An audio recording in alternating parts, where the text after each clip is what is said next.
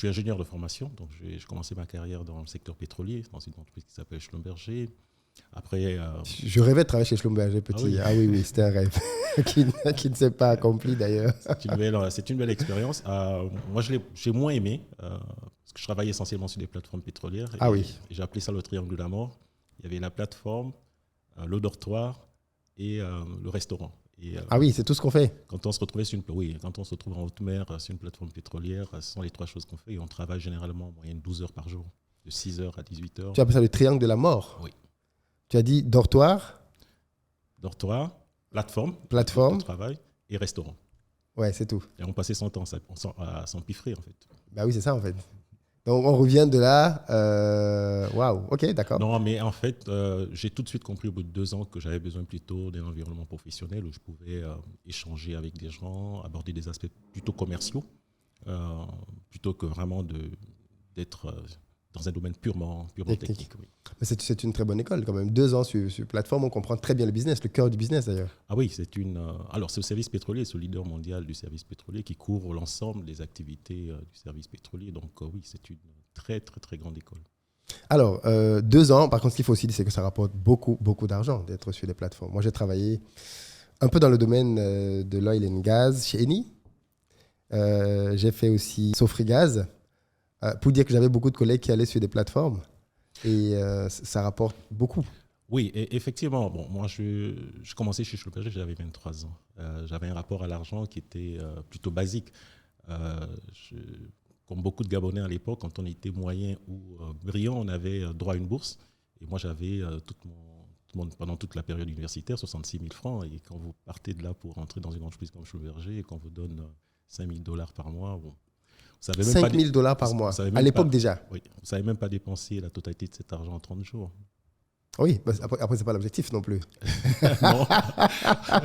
Le but n'est pas de tout dépenser en 30 jours. Non, mais après, oui, on arrive à faire de l'épargne inconsciemment. Mais oui. Quand je décide de partir de Schlumberger, j'ai ma première leçon en fait d'impréparation. Je décide donc d'aller au Canada, chez HEC Montréal, faire un master en commerce.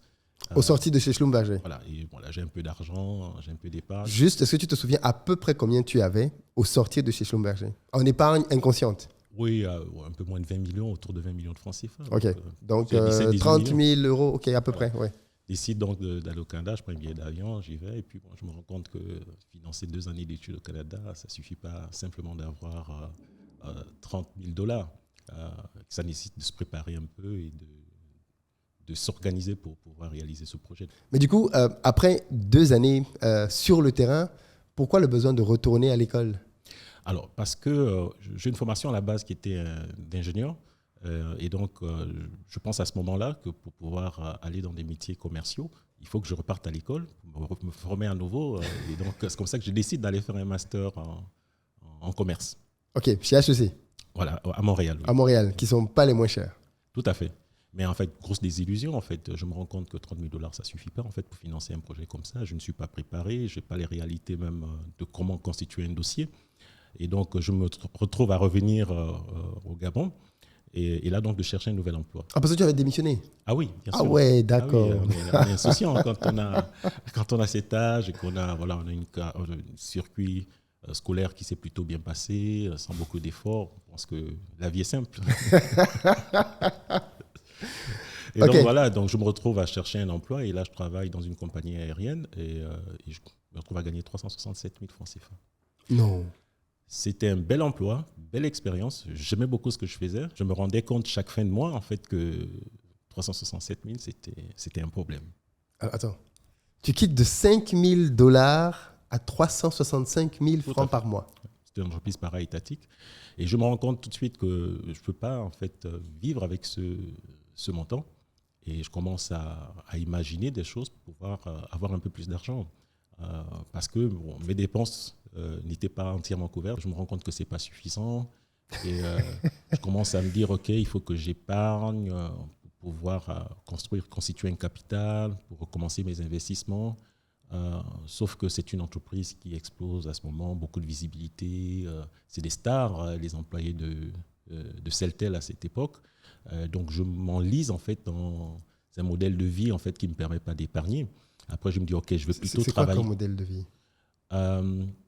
Si tu t'en souviens. C'est d'être en fait en mesure de couvrir toutes mes charges avec le minimum de stress possible. Non, je dis à l'époque, c'est quoi le style de vie de star Ah oui, dans lequel tu t'enlises on a en des suivant voitures les de gens? fonction, on est dans des boîtes de nuit, on est dans des restaurants, on est sur des plateformes événementielles, on veut montrer qu'on gagne de l'argent en fait. C'est important pour le poste, pour la boîte, ou personne ne vous met aucune pression? En fait, en réalité, c'est la société. Personne ne vous met aucune pression en fait. C'est vraiment la pression qu'on accepte de subir à travers la Ça se manifeste comment? C'est-à-dire que tu te dis, bon, parce que je me dis, dans cette situation, il y a les choses qu'on se dit et les non-dits. C'est-à-dire que quand tu sors, par exemple, tu sais que parce que je suis sorti, je dois aller dans tel type de restaurant, je dois commander tel type de plat. Oui, et puis il y a des gens autour de toi qui disent quand même, c'est toi le manager produit de Celtel. C'est pas n'importe qui. Les tocards. Ce sont les pires, les gens qui disent ça. Tu n'es pas n'importe qui. Tu n'es pas n'importe qui. Et là, je me dis, OK, il faut que je travaille un peu plus pour gagner un peu plus. Et quand je vais réussir à doubler mon salaire, je vais pouvoir faire ça, ensuite je vais faire ça, ensuite je vais faire ça. Et puis, en fait, quand on travaille, on a des résultats et je double mon salaire, en fait. Et je me rends compte que je ne fais toujours pas ce que j'avais promis que je ferais. C'est simplement que mon train de vie augmente. On digitalise tous les processus jusqu'au ticket de sortie qui est le paiement. Et on permet donc de payer avec le mobile money, avec Visa, avec Mastercard. Vous avez mis un peu d'intelligence artificielle dedans, par exemple, Alors, pour l'identification des documents. Quand quelqu'un veut déposer, vous savez, ça c'est une carte d'identité, là on peut lire le nom, ce genre de choses ou... Alors ça, c'est les prochaines étapes parce que bien entendu, il y a beaucoup de demandes de gestion, d'optimisation de gestion des processus opérationnels. Ça, c'est la prochaine étape et je pense que c'est une opportunité d'ailleurs que l'Afrique devrait saisir pour faire encore un bond technologique. Et là-dedans, il y a beaucoup d'argent à faire? Alors, c'est une activité au volume, donc ça nécessite de la discipline. C'est comme quand on fait de la distribution, en fait, ou du buy and sell.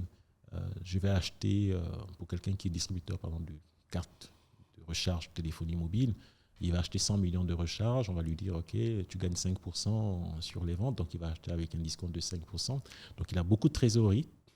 Mais en réalité, l'argent qu'il gagne, ce sont les 5% sur les flux qu'il réalise. Donc, ça nécessite de la discipline pour faire grossir le volume, parce que c'est un marché au volume. C'est d'ailleurs pourquoi on sort du Gabon pour aller chercher le volume ailleurs en Afrique de l'Ouest. Donc, une fois qu'on a construit les plateformes, qui sont des charges fixes, il faut monter le volume de transactions de façon à absorber et quasiment anéantir les charges fixes. Donc, oui, il y a de l'argent à faire. Et à Abidjan, on est réceptif à ce genre de choses. Il y a déjà en plus des solutions qui... C'est certainement l'un des pays en Afrique de l'Ouest le plus dynamique. On parle de plus de 90 millions d'euros chaque jour qui transitent sur les plateformes de mobile money. 90 millions d'euros chaque jour. Où? En Côte d'Ivoire. Attends. 90 millions d'euros par jour qui transitent. Au Kenya, ils ont dépassé les 500 millions d'euros. 500 millions d'euros par jour d'argent qui transite sur les plateformes. Je recharge, j'envoie, lui il envoie. C'est le flux en fait, là, oui, le flux total. Quand on regarde l'Afrique centrale, donc Cameroun, Gabon, Congo et le Tchad, en 2020, on parle de 15 000 milliards de francs CFA de flux. 15 000 milliards de flux, oui. Quand on sait en plus qu'un pays comme le Cameroun est un pays où les gens sont très liquides. Oui, absolument, et effectivement. Je veux dire très cash, quoi. Il y a une bonne partie des flux qui n'entrent même pas. Il y a encore un boulevard d'opportunités avec ces activités. Et pourquoi tu es dit au Cameroun? Alors, on a créé l'entreprise au Cameroun en fin 2021 et on a décidé de ne pas lancer pour la raison suivante, en fait. On était en train de restructurer les équipes techniques et on s'est dit, le Cameroun, c'est un marché qui est extrêmement dynamique et où on peut rapidement être copié. Pour entrer sur ce marché, il faut être en mesure d'avoir un écart compétitif en fait. Et tout de suite en entrant sur le marché, on soit capable, avec des ressources suffisamment, en nombre suffisantes, pour pouvoir faire des évolutions rapidement. Mais entre-temps, c'est aussi des opportunités qu'on a ratées. Ah oui, forcément. On est bien content, on a des acteurs qui sont rentrés, qui sont installés, mais il y a toujours de la marge. Toujours. Tout ce qui est transactions financières en Afrique, on est certes pénalisé par les coûts, hein, les coûts des transactions, les coûts des flux financiers, mais ça reste des opportunités qui sont extraordinaires dans plein de secteurs. Alors, je veux quand même qu'on en parle un tout petit peu parce que c'est quand même très, très intéressant comme secteur d'activité. Aujourd'hui, dans le secteur des flux, quand tu dis par exemple qu'il y a 90 millions d'euros par jour de flux en termes de transactions dans un pays comme la Côte d'Ivoire, ou 15 000 milliards, comme ça a été le cas par exemple en Afrique centrale, sur quelques pays, sur une année, c'est qui les grands gagnants de tout cet argent qui transite?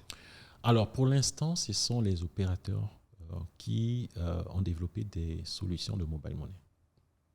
OK. Les telcos, en fait. Les telcos.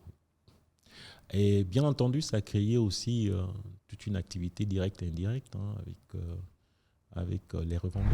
Bonjour, je suis Charles Boukinda, cofondateur de Digitech Africa. Je viens de participer au podcast C'est juste une question de temps de la plateforme Investir au pays. J'ai eu l'opportunité d'aborder la dure transition de salariés à entrepreneurs, des problématiques de gestion financière personnelle. Je vous invite à regarder l'émission qui passe à 14h les dimanches, 14h heure de France. Et n'hésitez pas à nous faire des commentaires, des retours sur vos impressions, de façon à maintenir la chaîne du partage.